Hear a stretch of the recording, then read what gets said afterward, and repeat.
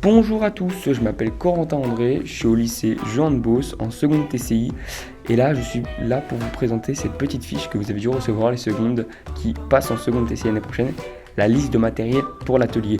Donc il y a seulement des choses que vous ne comprenez pas et que vous ne savez pas à quoi servent ces choses. Donc là je suis là pour vous expliquer et pour vous aider à comprendre à quoi servent ces choses.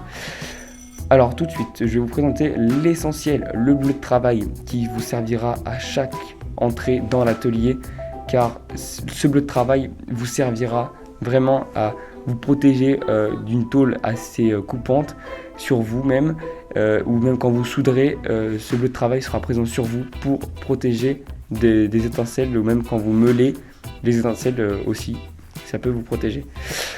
Les chaussures de sécurité, évidemment, elles sont nécessaires vraiment, car quand vous portez une tôle et qu'elle est assez lourde, si elle tombe sur votre pied, ça peut vraiment vous faire très très mal. Et du coup, c'est pour ça qu'il y a un renforcement métallique au bout. Donc vous pouvez le voir qu'elles ont vraiment été usées et que le renforcement métallique sert vraiment, car ça sert vraiment et ça peut sauver vos pieds. Voilà. Donc ensuite, on va avoir la paire de gants. La paire de gants est vraiment nécessaire aussi, car quand vous portez une tôle, quand vous la déplacez, ou même quand vous tracez sur votre plan de travail, vous pouvez vous couper et les gants sont vraiment nécessaires. Même quand vous meulez, les gants sont nécessaires. Ensuite, il va y avoir la cagoule de soudage. La cagoule de soudage, vous pouvez l'acheter vous personnellement, mais elle est aussi fournie par le lycée, car elles sont partagées par tout le monde. Donc le lycée en fournit, mais les cagoules de soudage sont nécessaires vraiment du coup pour souder, car la soudure rejette des rayons ultraviolets qui peuvent être très très dangereux pour votre orbite et peut abîmer votre œil. Donc elle est vraiment très très nécessaire. Ensuite, on va avoir les lunettes de protection qu'on va utiliser souvent pour meuler ou même quand on est à la cisaille guillotine, qui est une pratique de découpe de tôle et il peut y avoir des éclats et venir dans vos yeux. Ensuite, il va y avoir le casque anti-bruit, car comme vous pouvez l'entendre dans cet atelier, il y a énormément de bruit car toutes les machines font du bruit. Et pour protéger vos oreilles, il est préférable de porter un casque et protéger encore une fois, vos oreilles. Ensuite, vous allez avoir quelques petits outils que vous ne connaissez sûrement pas. Moi aussi, j'étais en seconde l'année dernière et je ne savais pas du tout à quoi servait ceci. Donc, ceci sont il y a une pointe à tracer. Ceci va vous servir à tracer sur une tôle, car un crayon ne suffira pas. Tracer sur une tôle pour pouvoir faire vos tracés quand vous ferez des pièces et avoir vos marquages pour la découpe ou pour votre pliage. Ensuite, il y aura des pointeaux. Les pointeaux vont nous servir pour différentes choses. Par exemple, pour la perceuse à colonne, avant de percer avec le forêt, on pourra mettre un point avec le pointeau pour pouvoir vraiment marquer et que le forêt rentre bien dans la tôle.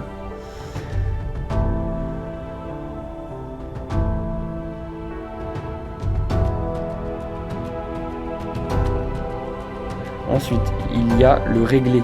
Le réglé va vous servir à mesurer vos mesures sur vos tôles et vraiment quand vous faites vos tracés, le réglé est vraiment nécessaire. 50 cm est nécessaire. Il y a aussi le mètre que vous devez pratiquement avoir tout le temps sur vous.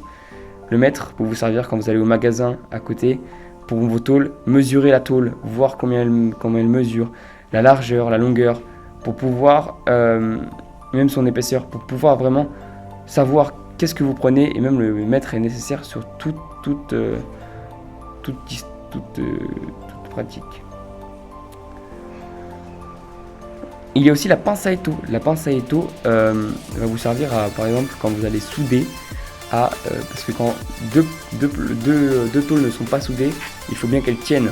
Donc la pince à étau va pouvoir vous aider par exemple à la tenir, à la fixer avant de la souder, pour que ça ne bouge pas et que ce soit une belle soudure ensuite.